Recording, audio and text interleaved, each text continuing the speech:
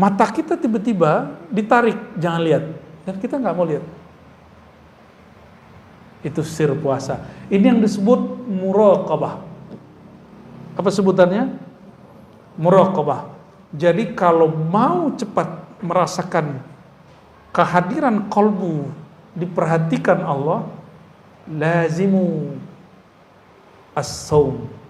Banyak-banyak berpuasa. Ini sir rahasia orang berpuasa yang gak ada pada orang sholat, gak ada pada haji, tidak ada pada umrah, tidak ada pada sholat malam, tidak ada. Ini hanya milik ahlus saum, ya, orang-orang yang berpuasa. Tapi coba antum rasakan. Audio Jungle.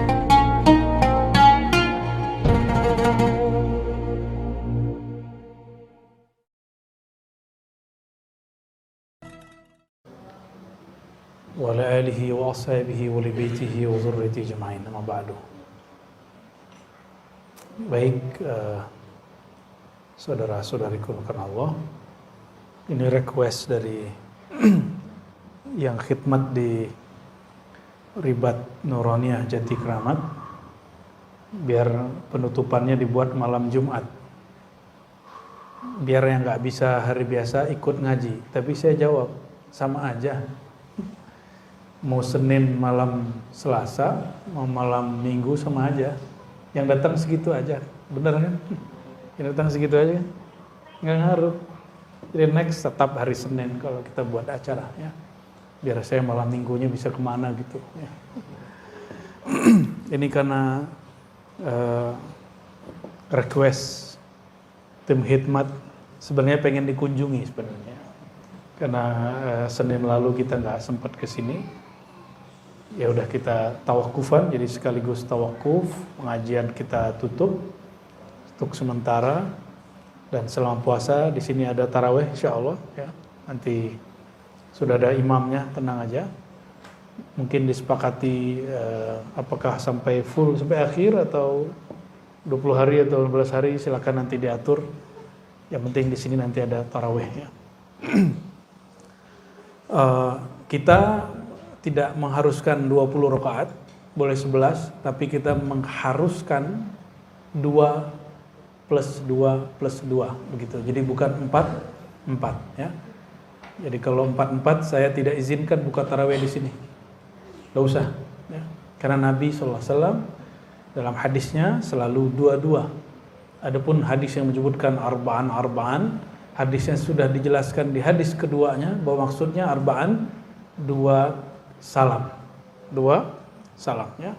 Kita nggak mau debat macam-macam secara fikih, tapi begitu pegangan kita dan ini ijma ulama, maka yang tidak melakukan itu ya sudah dengan ikut ijma ulama. Dan hadisnya sahih, tidak perlu mahal ar-ra'yu di situ.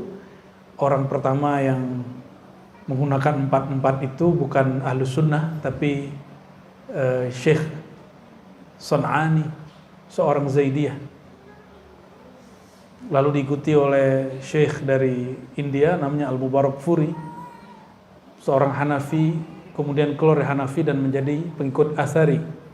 Tapi dia tidak mengikuti athar ulama Mekah dan Madinah. Makanya sampai hari ini antum melihat di Mekah tidak pernah orang sholat 11, mesti 20 sampai hari ini. Dan sampai hari ini tidak pernah berubah, selalu 2 rakaat, nggak pernah 4, ya.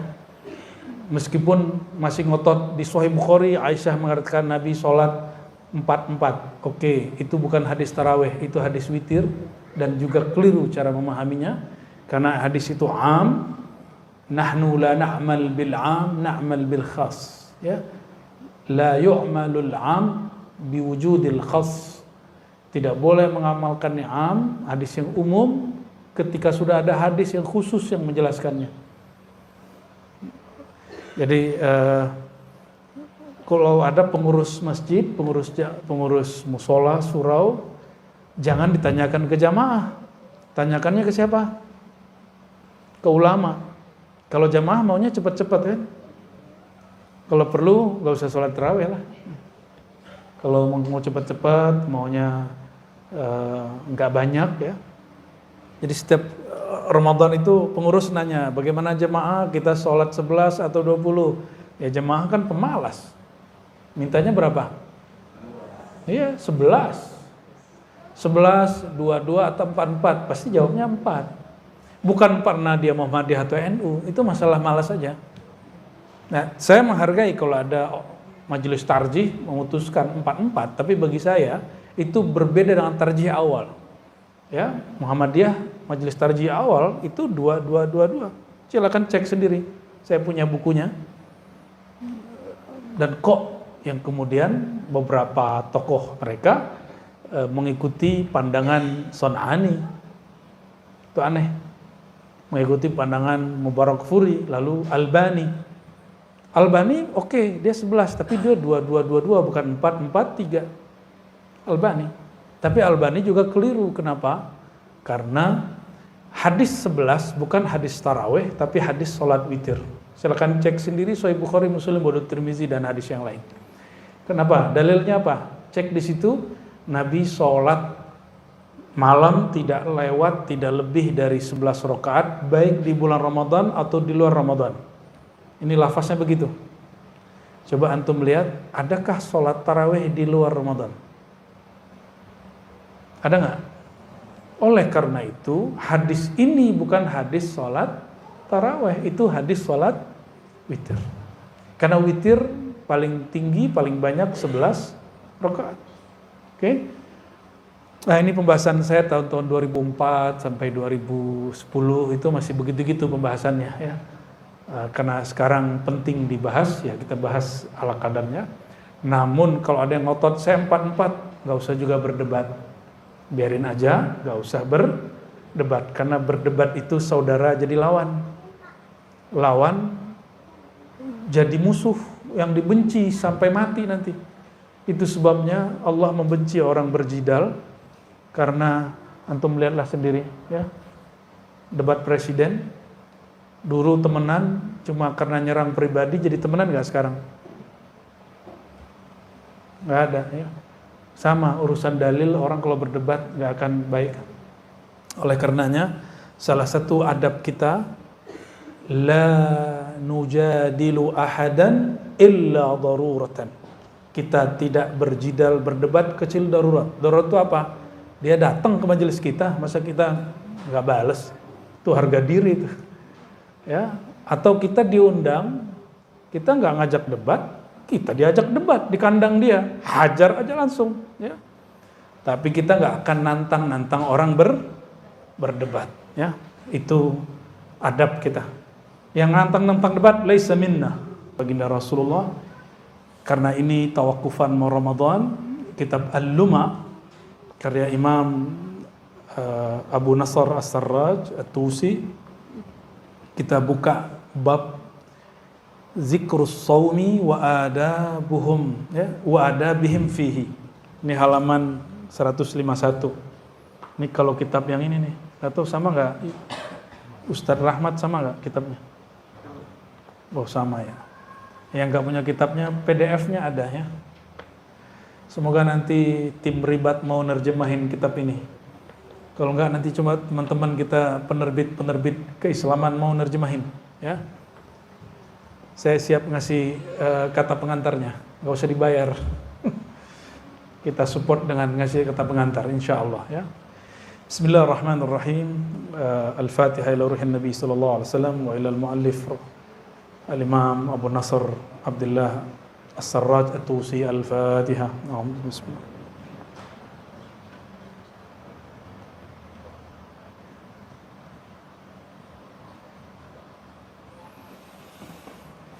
Qala Syekh rahmatullah alaih, ruya 'anil Nabi sallallahu alaihi wasallam.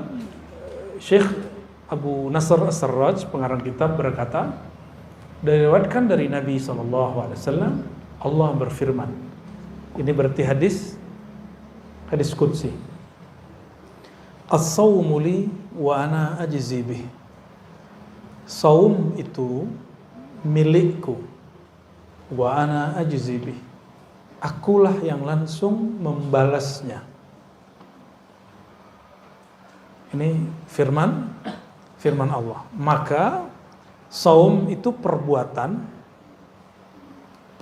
ngapain? Yang diterjemahkan dalam bahasa Indonesia atau bahasa Melayu, puasa. Tapi puasa dalam bahasa Melayu lama bukan bahasa Melayu, itu bahasa Sanskerta.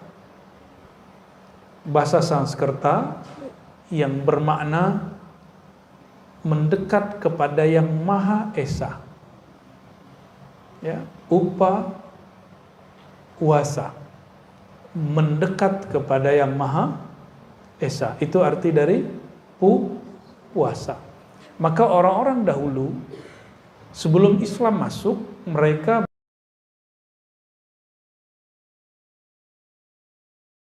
Esa berarti satu.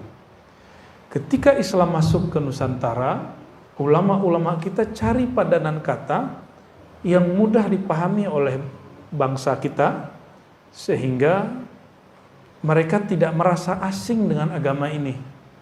Dicarilah kalimat yang hampir sama dengan saum, tapi definisinya dibedakan. Karena puasa dalam bahasa Sanskerta juga banyak macamnya. Ada puasa dari pagi sampai pagi lagi, ada puasa ngomong, ada puasa mutih. Masih ada yang bertahan sekarang puasa mutih. Di kalangan umat Islam itu juga ada puasa riyadhah. Puasa riyadhah itu puasa latihan. Ada puasa tidak makan yang bernyawa. Itu bukan dari Hindu, itu ada dalam tradisi ulama salafus saleh dan bukan ajaran Hindu, ya. Tanya aja sama orang Hindu, ya, pasti beda cara puasanya. Beda nggak? Pasti beda cara puasanya. Hadis ini riwayat Imam Bukhari dan Muslim dan hadisnya sahih. Jadi hadis qudsi tidak semuanya sahih, ada yang palsu, ada yang hasan, ada yang dhaif, ya. Dan ini hadisnya sahih. Apa kata Allah? Puasa itu milikku dan aku yang langsung membalasnya. Maka orang yang berpuasa itu adalah asetnya Allah. Orang yang puasa itu asetnya Allah. Oleh karenanya, ulama-ulama terdahulu jika ada hajat, mereka puasa dulu. Kenapa berpuasa? Bukan puasa itu yang membuat amalan kita, doa kita diterima, hajat ditunai, bukan. Orang berpuasa, dia tidak bergantung kecuali hanya kepada Allah. Rasa tidak bergantung kepada nasi, kepada makanan, kepada air, lalu kolbunya hanya bertawajuh kepada Allah, menghadap kepada Allah. Rasa inilah yang membuat hajatnya dikabulkan oleh Allah Subhanahu wa taala. Bukan puasanya. Ya, bukan puasanya. Ini perbedaan belajar tasawuf dengan belajar ilmu hikmah yang rendah. Tasawuf itu hikmah ulya. Ada hikmah sufla. Hikmah sufla diajarkan kamu kalau ada hajat puasa. Gitu. Kalau mau naik pangkat puasa. Mau jadi orang sakti puasa Daud. Emang begitu? Enggak. Kita enggak begitu. Tasawuf, ilmu ma'rifatullah, berpuasa bukan untuk hal-hal seperti itu. Puasa untuk menumbuhkan kesadaran hubungan terdekat hamba dengan Allah dan memutus hubungan dia dengan selain Allah Subhanahu wa ta'ala. Kita boleh nggak ketemu orang sekian hari, tapi kita mesti makan kan setiap hari? Nah sekarang makan antum diputus, minumnya diputus. Maksudnya apa? Sir dari puasa itu qat'ul ala'iq, memutus hubungan diri dengan selain Allah. Itu sirnya puasa. Jadi kalau orang berpuasa masih nyangkut hatinya dengan makhluk, dia baru puasa zahir, belum puasa batin, ya. Lalu ada yang bertanya, kata beliau, ma makna takhsisus shaum min bani sairil ibadat? Apa spesialnya puasa sehingga Allah mengatakan as-shaumu li? Puasa milikku. Ada enggak kalimat as-salatu li? Salat itu milikku, ada enggak? Ketemu enggak? Enggak ada. Az-zakatu li, ada enggak? Innamas shadaqatu lil fuqara, sedekah bagi orang fakir. Tapi di saat orang-orang berpuasa, maka orang puasa itu jadi asetnya Allah. Kok bisa? Allah suka dengan orang yang tidak menggantungkan harapnya, kebutuhannya, keperluannya kecuali kepada Allah SWT. Pernah dengar Imam At-Tustari, Imam Abu Sahal Abu Nasr At-Tustari. Imam ini kalau Ramadan hanya sekali makan, selebihnya hanya minum air sampai selesai Ramadan. Percaya nggak? Saya ketemu sama orang begitu lebih dari sebulan, setahun. Ada yang puasa setahun. Jadi dia cuma makan awal tahun sama akhir tahun, selebihnya cuma minum air. Ternyata masih ada orang begitu. Mau dihidupkan puasa begitu. Kan nggak sanggup kan? Ini ulama salaf loh. Imam At-Tustari, Imam Salafus Saleh, kita tidak sanggup mengikuti tasawuf ala mereka. Tapi kalau ada yang hari ini mau menghidupkan, monggo. Tapi itu bukan thariqat saya. Ya, thariqat kita sudah dirukhsah. Ya. Alhamdulillah. Hujan? Bukan ya?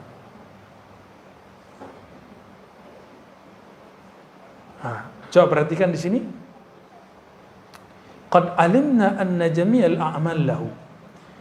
Semua amal itu betul untuk Allah, tapi untuk Allah amalan apapun selain puasa itu mesti diikrarkan oleh orang yang beramal. Kalau kita mau sholat, kita baca niat. Sholli fardal maghribi salasa raka'atin lillahi. Kita yang ngomong, benar gak? Di dalam doa iftitah kita mengatakan inna salati wa nusuki wa mahyaya wa mamati lillahi rabbil alamin. Ada gak situ saumi? Inna salati, salatku, wa nusuki, ibadahku. Di situ haji umrah maksudnya. Terus wa mahyaya, hidupku, wa mati, matiku lillah. Ada puasa di situ? Zakat lil fuqara, saum lillah. Maka kalimat tadi, orang yang berpuasa, persaksian dia langsung Allah yang ambil. Jadi orang yang ingin fana fi syuhud, ingin fana dalam musyahadah kepada Allah, thariqahnya puasa. Gitu ya. Allah nanti yang akan mensyahadatkan dia. Tapi kalau sholat, kita yang syahadat, kalau haji kita yang syahadat, kita yang menyaksikan. Tapi jika ingin fana kita betul-betul fana, maka syahadat kita dialah yang bersyahadat, tapi Allah menjadikan lisan kita sebagai zahirnya. Itu syahadat yang tinggi itu. Syahadah al-ulya. Ya, itulah yang disebut syahidallahu wa annahu la ilaha illahu. Itu dia nanti pakai wawunya ada malaikat, ada wawunya ulul ilm. Paham tidak? Nanti paham sendiri tuh. Insya Allah. Fayuqalu lahu. Jadi apa makna? Kok solat tidak ada salatuli? Solat itu milikku. Yang ada aqimis salata li dzikri. Betul enggak? Dirikan solat untuk mengingatku. Tapi kalau puasa spesial. Ya, as-saumu li.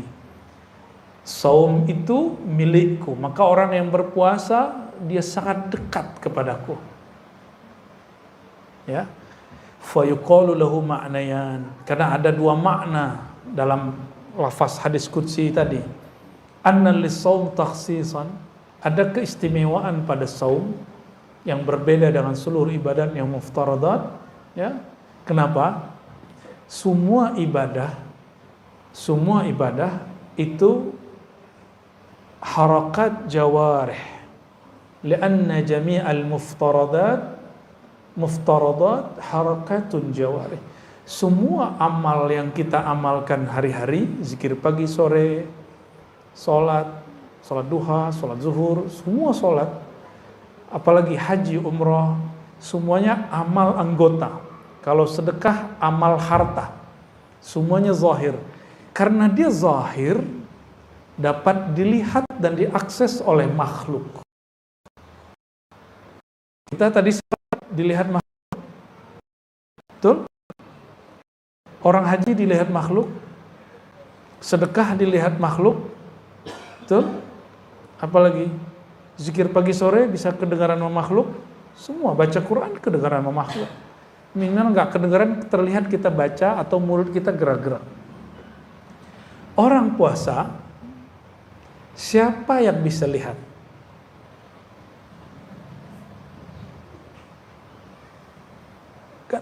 Jam 9 semua orang nggak ada yang makan, nggak ada yang minum misalnya, kan bisa aja dia ngaku dia puasa padahal dia nggak puasa. Coba rasakan, ingat-ingat di rumah kalau kita puasa, nggak ada orang, nggak ada siapa-siapa, tidak ada yang berani nyeduh teh. Kenapa? Tidak ada yang berani buat kopi. Why? Kenapa? Padahal tidak ada CCTV, tidak ada yang akan mengkoreksi kita, nggak ada sama sekali. Lalu kenapa kita terus puasa? Padahal tidak ada yang ngawasi. Inilah sir puasa, bahwa jalan pintas untuk wusul kepada Allah, sampai merasakan Allah itu, darajat ihsan, itu puasa. Maka orang yang banyak sholat kurang puasa, sholatnya kurang khusyuk. Coba cek. Antum puasa hari ini, tadi misalnya kemarin hari Senin atau hari Kamis. Kalau puasa coba jalan keluar, naik motor atau naik mobil, terus melihat orang buka aurat, berani nggak terus memandangnya? Padahal tidak ada yang melihat. Kamu ketahuan loh ya, matanya jelalatan, nggak ada. Mata kita tiba-tiba ditarik, jangan lihat, dan kita nggak mau lihat. Itu sir puasa. Ini yang disebut muraqabah. Apa sebutannya? Muraqabah. Jadi kalau mau cepat merasakan kehadiran qalbu, diperhatikan Allah, lazimu as-saum, banyak-banyak berpuasa. Ini sir rahasia orang berpuasa yang gak ada pada orang sholat, gak ada pada haji, tidak ada pada umrah, tidak ada pada sholat malam, tidak ada. Ini hanya milik ahlus saum, ya, orang-orang yang berpuasa. Tapi coba antum rasakan, malam tadi atau malam ini saya tidak berniat, besok pagi hari Senin misal, jam 7 perutnya lapar nggak? Bunyi-bunyi nggak perutnya? Ya. Terus sarapan, nanti jam 12 bunyi lagi nggak? Ya, lapar lagi. Coba kalau kita puasa, kita katakan nawaitu shauma ghadin, aku niat puasa esok hari karena Allah. Besok pagi jam 7 lapar nggak? Jam 12 lapar nggak? Enggak. Jam 4 lapar? Nggak bakal lapar. Bayangkan niat itu di kolbu, tapi efeknya bisa tunduk seluruh tubuh. Seluruh anggota tubuh kita tunduk dengan kata-kata yang ada di niat. Maka orang yang kuat puasa, dia mampu menaklukkan dirinya. Kalau dia mampu taklukkan dirinya, baru dia mampu diizinkan Allah menaklukkan alam. Baru alam berkhidmat kepada dia. Maka kalimat yang disampaikan oleh Imam Ahmad bin Hanbal, man arafallah, siapa yang kenal Allah, ata'ahu ma siwallah, ya, atau khasyahu ma siwah, maka selain Allah takut kepadanya, takluk kepadanya. Jadi Imam Ahmad itu dulu pernah disiksa di penjara, dipaksa untuk mengatakan sesuatu yang bertentangan dengan akidah Ahlussunnah. Dipaksa oleh Al-Gojo, ditelanjangi, sarungnya dilepas. Ini tanda kalau orang dulu nggak pakai gamis panjang kayak kita hari ini, mereka pakai sarung. Sarungnya dilepas sehingga Imam Ahmad auratnya terbuka. Imam Ahmad masih pakai celana dalam. Cuma mazhab Imam Ahmad, paha dan lutut bagian dari aurat. Imam Ahmad cuma ngomong gini ke sarungnya, ya izari ittaqillah. Wahai sarungku, takutlah kepada Allah. Langsung sarungnya naik. Itu setiap kali algojo mau narik, algojo yang jatuh. Atau algojonya ketarik. Maka si algojo ada yang tobat tuh sebagian jadi murid Imam Ahmad bin Hanbal, ya.